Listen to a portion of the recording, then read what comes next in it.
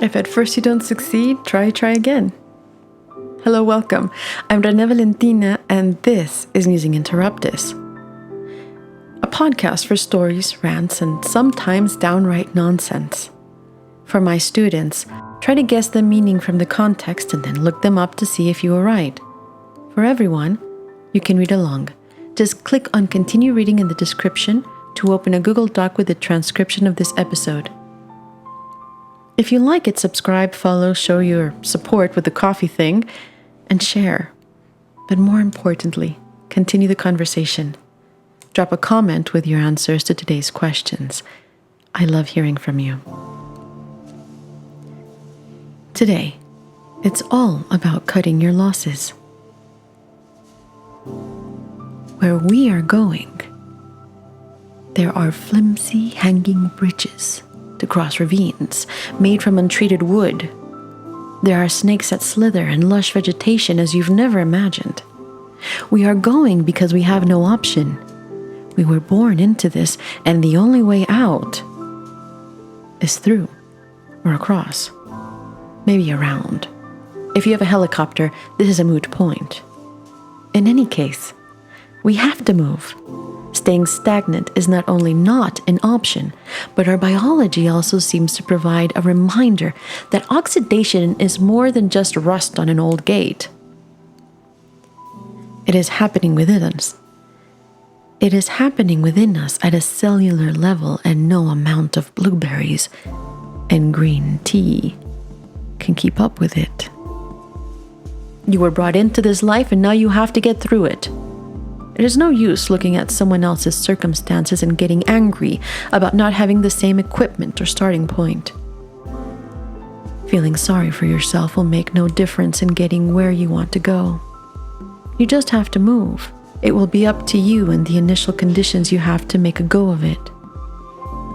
If you were born with privilege or not, if you have the opportunity to move from your humble beginnings or you've had to scrape your way out, it will come down to you finding the opportunities and being clear on why you are the best candidate for them.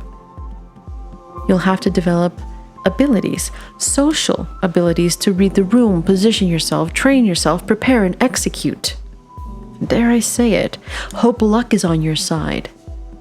What you read, what you understand, what you can do with it all, where you see all of it going, your abilities to plan, execute, be a doer, not a moaner, and follow through, all of that counts. Imagine, design, build, make, plant, create, expand, trade up. There are parts in the world, workplaces, and people who expect nothing less. Daunting for some, exciting for others. The ever important question of appropriateness comes to mind. Who and what are we doing all of this for? We know we have to do it for someone or for ourselves. That's the law. Again, unless you have a helicopter. Even if you don't want to and decide to take the easy way out, you still have to make a plan and execute it. This is a matter of choosing your heart and following through. Then again, there's an instance in which you have to cut your losses. On top of everything, we have to be smart enough to make this evaluation sometimes on the fly. Meaning you have to make a split-second decision. That's fast. In others, you get time to sit with the variables and muddle over what is best. Maybe even having enough time to punk out to the clashes, should I stay or should I go? There are times when you have invested a lot in a project. Maybe even a lot of yourself and your expectations, the definition of your future satisfaction, peace, happiness, even if that's not very zen. We all know it happens. You did this because you believed in it, identified a degree of certainty, or hell, made a gamble and started investing time and money and intellectual resources, talents, love, and primitive energies. What to do when it isn't panning out? Uh-oh.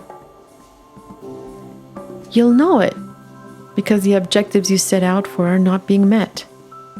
or you aren't getting any satisfaction from it, the company you work at, the projects you're working on, the home renovation you were sure was an easy peasy do it yourself, the spouse who stopped showing up for you, the romantic partner who simply didn't pick you back. Cut your losses before you lose everything.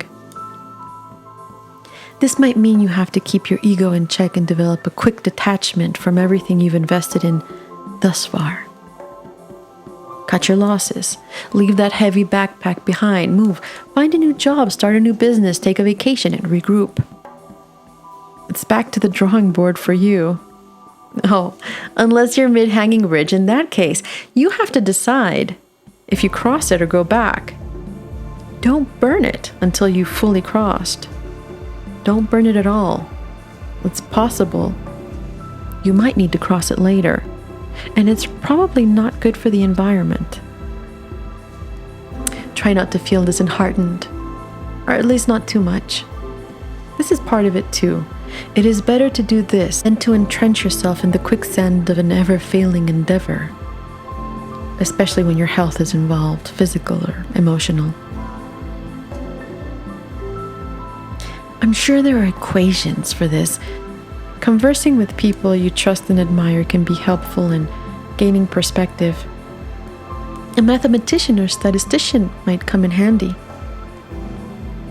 Cutting your losses sounds like a bad thing. If it were a cocktail, it would probably have parsley instead of a pretty umbrella piercing a cherry and a pineapple. In any case, it is better to have loved and lost than to have never loved at all. Or what say you? Thank you for listening. The background music is by Moby Gratis. The mix and master were done by Jesus Dario, my sound partner. When have you cut your losses? Was it painful? Liberating? Both? How about those bridges? What advice would you give to someone about the right time to cut their losses? I'm listening.